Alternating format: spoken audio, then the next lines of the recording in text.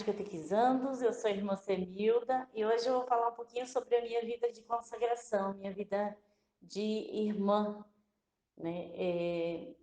O que é vida consagrada? É essa entrega que nós fazemos da nossa vida, uma doação totalmente a serviço do irmão com carisma, que o nosso carisma é mariano, né? Ser Maria hoje no meio do povo, e educacional, trabalhar na educação, que não é só as escolas, mas sim trabalhar na catequese, trabalhar no meio da juventude, adolescente, família. E a gente está aí dentro da igreja para ajudar nas formações, estar junto com o povo. Ser tanto o padre como a irmã, vocês sabem que o sentido único da nossa vida é Jesus Cristo. Então, nós somos reservados para essa missão, né, de anunciar e denunciar aquilo que não está de acordo com o Evangelho. A nossa consagração era feita pelos 3 votos de pobreza, castidade e obediência. Nós nos consagramos dizendo a Deus que queremos viver só para Ele, né, a serviço dos irmãos, castidade. Não negamos o sacramento do matrimônio, mas sim vivemos a nossa consagração, nosso casamento com Deus, né, para dizer, com a igreja, né, a serviço totalmente desse Deus que ama a nós e a vocês. A nossa consagração é feita frente ao bispo, quando ela é pública, né, a consagração total da nossa vida, que seria os votos perpétuos para sempre, né, desses conselhos evangélicos que eu já falei, pobreza, castidade e obediência. A pobreza quer dizer não temos nada, aquilo que temos não é nosso, é de todas, né, por exemplo, na comunidade religiosa, nós não temos nada, mas temos tudo, né? Então, viver esse desapego total das coisas aqui, né? Essas coisas que de repente a gente acha que são essencial e na verdade são mais são essencial, mas não são o fundamento da nossa vida. A pobreza, castidade e obediência. Obediência quer dizer onde precisam de mim, ali eu estou, né? Mas na alegria, no amor, na doação da nossa vida. Então, se precisam de mim lá em São Paulo, lá eu vou. Se precisam de mim lá no Mato Grosso, lá eu vou. Então, essa disponibilidade do coração e da vida a serviço dos irmãos onde Deus quer e não onde nós queremos. Essa é a vida de consagração, me colocar totalmente a serviço do irmão.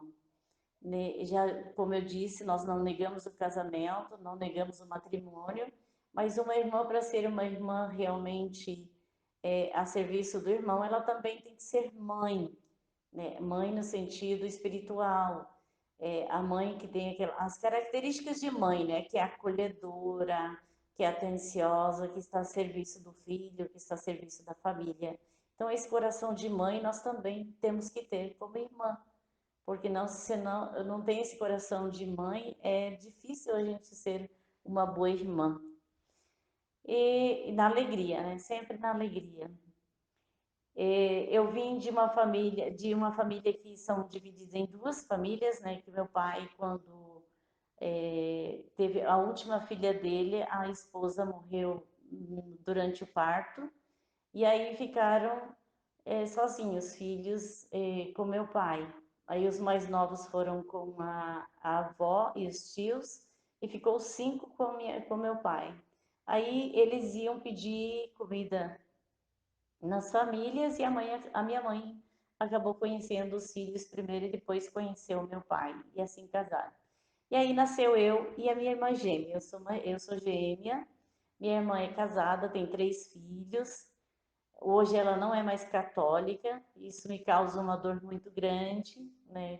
Que eu gostaria que ela fosse, né, da mesma fé ainda comigo, porque nós temos uma ligação humana muito grande e gostaria de continuar essa ligação espiritual também, mas não tenho essa graça. Eu espero ainda que um dia ela volte a fazer parte da minha igreja, da minha fé, da minha opção de acreditar no mesmo, na mesma igreja, né, na mesma doutrina, naquilo que é próprio nosso, daquilo que nós recebemos de nossos pais.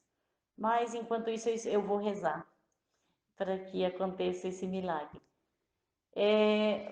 Os outros meus irmãos são todos casados. Eu tenho assim um relacionamento muito bom com os meus irmãos que são parte da minha mãe e meu pai. Com os outros meus irmãos eu tenho pouco contato.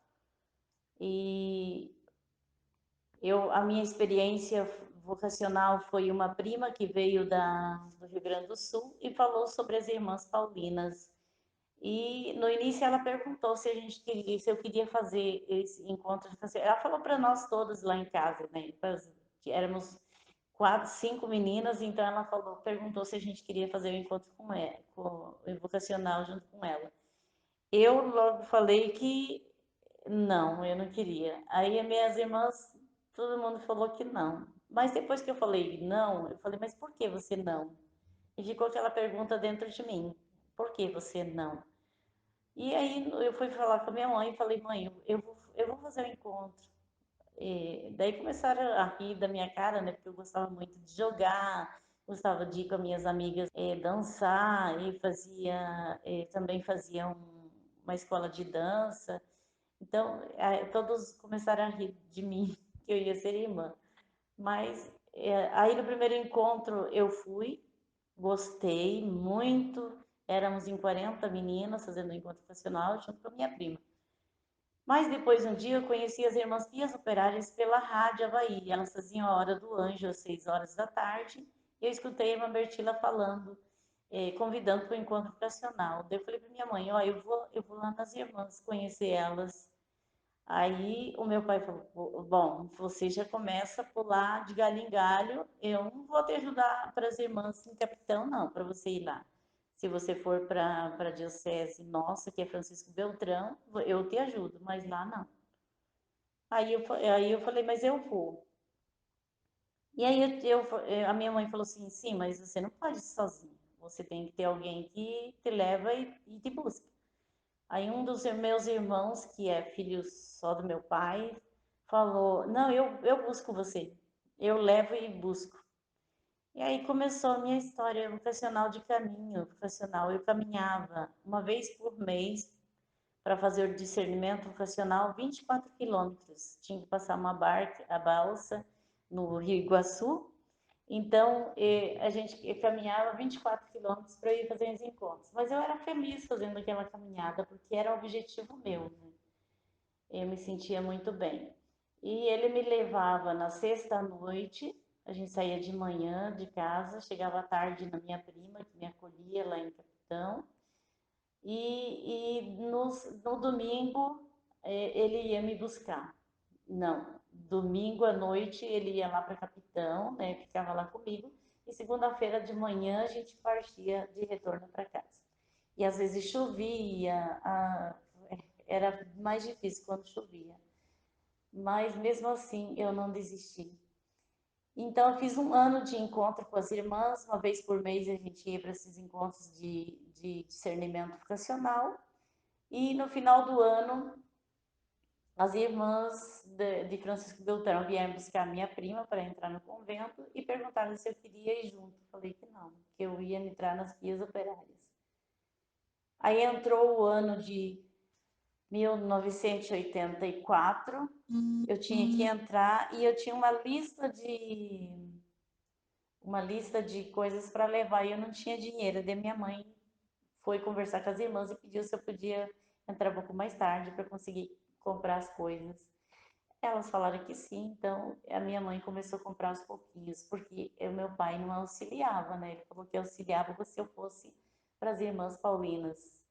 Se eu fosse para as irmãs capitão, era um pouco mais complicado. Então a minha mãe ia tirando o dinheirinho e ia comprando as coisas para eu entrar no dia, um dia marcado pelas irmãs, que era em fevereiro de 1984. E assim foi. Eu entrei nas irmãs, comecei meu caminho de discernimento Fiquei um ano em Capitão, depois vim para Cascavel, fiquei no ano de postulandado, que é um passo a mais. Depois fiz 2 anos de noviciado aqui em Cascavel, e aí fiz os primeiros votos, né, que é os pobreza, castidade e obediência, e fui para Curitiba. Curitiba nós fizemos o magistério, na época era magistério, 3 anos, eu e mais duas irmãs. E depois que terminei o magistério, depois de 3 anos, eu fui para a Itália. Fiquei 7 anos, estudei ciências religiosas lá. Fiquei 7 anos lá e retornei para Capitão Leone das Marques. Fiz 2 anos ali, ajudando nas pastorais, principalmente na catequese. Depois fui para São Paulo, estudei pedagogia, 3 anos.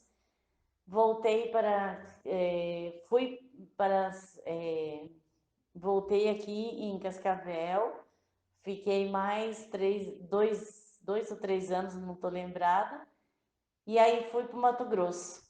Mato Grosso eu fiquei 6 anos, aí voltei para Curitiba, fiz 2 anos, fui para São Paulo, fiquei 6 anos, e agora estou em Cascavel novamente, com a graça de Deus. Esse caminho teve os momentos muito felizes, mas teve momentos também muito difíceis, que em qualquer vocação nós temos.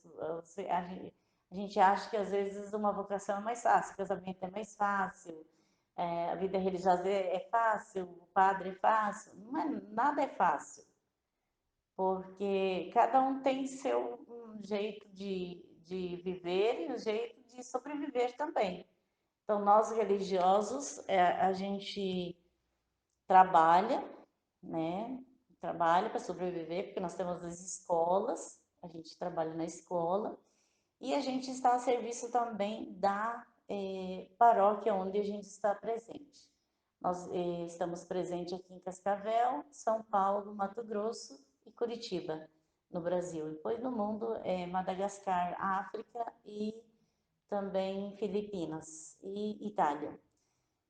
Então, assim, o caminho, quando a gente começa, tem muitas dúvidas, muitas dificuldades, muitas pessoas que falam para você, ah, mas será que é isso mesmo que você quer? A minha família também perguntava muitas vezes, é isso que você quer? Será que é isso que você está buscando? É mesmo aquilo que você quer? Assim, você encontra muitas dificuldades, mas o foco não deve nunca se deixar desviar, que é o próprio Jesus Cristo. Então, é lá que você quer chegar, né? É lá naquele topo que você quer chegar. Então, você vai lutar e vai trabalhar para que você chegue lá. Então, vida de irmãs, por exemplo, nós temos a nossa vida de manhã, a gente levanta cedo, né? A nossa vida diária é levantar cedo. 6h15 a gente faz meditação, né? A Lexia Divina, do Evangelho do Dia. Depois a gente vai à missa, retornando, nós rezamos as laudes, né? Depois das laudes, as laudes são os salmos que a igreja coloca, né, para todos nós consagrados e consagradas, também os padres, né, esse dever de rezar pelo povo. Então, esses salmos são rezados junto com a igreja pelo povo. A gente reza todo dia pelo povo de Deus. E depois a gente toma café, que precisa, né, também para sobreviver, precisamos do café. Depois do café a gente tem uma leitura de meia hora. Depois, a leitura sempre é sobre alguns escritos da nossa congregação ou da igreja própria, alguns documentos da igreja. Depois estamos livres, quer dizer, cada uma vai fazer aquilo que precisa ser feito naquele dia. Por exemplo, lavar roupa, passar roupa, limpar alguma coisa, cozinhar, estudar, preparar a aula, tudo mais. Até 11h30. 11h30 a gente almoça e à tarde as irmãs, a partir da 1 estão na sala de aula até às 5 horas. Né? Então, todo dia até às 5 elas estão em sala de aula. Só eu que não estou em sala de aula, mas estou mais a serviço da comunidade e daquilo que é de responsabilidade da congregação no Brasil, são documentação e tudo mais. E também ajudo na escola quando se precisa, né? Depois, nós temos, depois da aula, 5h30, nós temos o lanche, depois temos a oração dos salmos, né, novamente, que é as vésperas a gente chama, e depois o terço. Todo dia nós temos terço. Quando não tem na igreja, nós rezamos em casa ou com os amigos do Marcute. Depois do terço, nós temos um momento de livre também para você preparar alguma coisa, a oração pessoal, que todo dia a gente tem como obrigação um encontro pessoal com Cristo, né? Precisa. E é isso que nos sustenta. E depois nós temos um momento de recreação, um momento que a gente senta junto só para conversar, para assistir filme, para contar aquilo que aconteceu durante o dia e tudo mais. E depois a gente vai para a capela, 9h15. 9h15 a gente vai para a capela e reza as completas. Completas é rezar aquilo que nós vivemos durante o dia.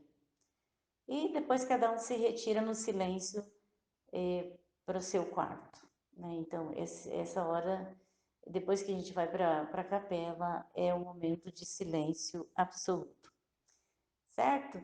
Então, a nossa vida, o centro é sempre Cristo. Buscar sempre estar a serviço de Deus, né? E da igreja, segundo o nosso carisma, que o nosso carisma já eu coloquei no início. Estar a serviço da igreja da maneira que nós assumimos o nosso compromisso com a congregação, com o carisma que nos foi concedido pelo nosso fundador, e ele se chama Francisco Antônio Marcucci. Então, mais ou menos é isso, né? Porque 32 anos de vida religiosa se resume em pouco tempo, é muito difícil, né? Fazer um resumo, mas eu digo para vocês que vale a pena quando você descobre que realmente é isso que Deus te chama. Então, Deus, ele chama. Aí fica a liberdade de cada um em responder a esse chamado. Gostaria de colocar também uma coisa importante para vocês, que é o fato de que muitas vezes Deus chama, a gente não está atento àquilo que Ele quer de cada um de nós. Então, é importante a gente estar sempre descobrindo, né, até buscar as pessoas que podem te ajudar, por exemplo, os catequistas, o padre, a irmã, para te ajudar a fazer esse discernimento vocacional, que é muito importante. Para a gente ser feliz, a gente tem que descobrir o que a gente quer realmente ser na vida, né? O que eu quero ser na vida. Então, tem que ter sempre alguém que te ajuda, né? Como eu tive no início lá, as irmãs que me acolheram e fizeram esse trabalho junto comigo e com outras jovens, esse discernimento, também hoje nós temos essa possibilidade de fazer esse discernimento profissional, de buscar alguém para ajudar nos entender o que Deus quer de cada um de nós. Isso é muito importante, né? É muito importante buscar esse entendimento daquilo que a gente quer na vida. Então, não sei se deu para entender, se vocês querem fazer alguma pergunta, se tem o desejo de começar esse discernimento vocacional, a gente está aí à disposição. Os meninos têm o padre, ou Johnny, né, que é o seminarista que está aqui na nossa paróquia fazendo o trabalho pastoral. Tem as irmãs também, tem os catequistas, o seu Carlos que contou a experiência dele de matrimônio. Então, tem várias pessoas que podem ajudar vocês a fazer esse discernimento vocacional.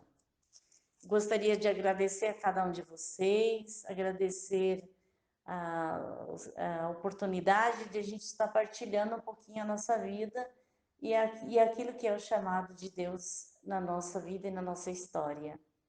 Vale a pena descobrir, vale a pena aceitar o projeto de Deus, que não é simples, não é fácil, mas que vale a pena, porque se Ele dá a vocação, se Ele chama, se Ele te convida e você responde, Ele te ajuda sim a carregar essa vocação, esse dom até o fim. Obrigada a todos e que Deus abençoe cada um de nós na descoberta desse nosso sim, desse projeto de Deus na nossa vida e na nossa história. E a nossa congregação, ela tem o nome de Irmãs Pias Operárias da Imaculada Conceição, Irmãs Pias, Pias Piedosas, Oração, Operárias Trabalho, em nome da Imaculada Conceição. Muito obrigada, Deus abençoe e estamos aí para nos ajudar. Bem, que testemunho lindo, né, gente? Se eu fosse novinha ainda, eu acho que eu ia pensar. Muito ia querer, eu acho que para o convento. É uma vida muito linda, né, Deus? Uma vida muito linda. Tomara que com o testemunho da irmã possa despertar algumas vocações, né? Pensar direitinho, não é obrigada a ficar se não quiser, mas pode fazer a experiência, né, irmã? Pode fazer a experiência de estar lá. Então, nós agradecemos a irmã por esse testemunho de hoje.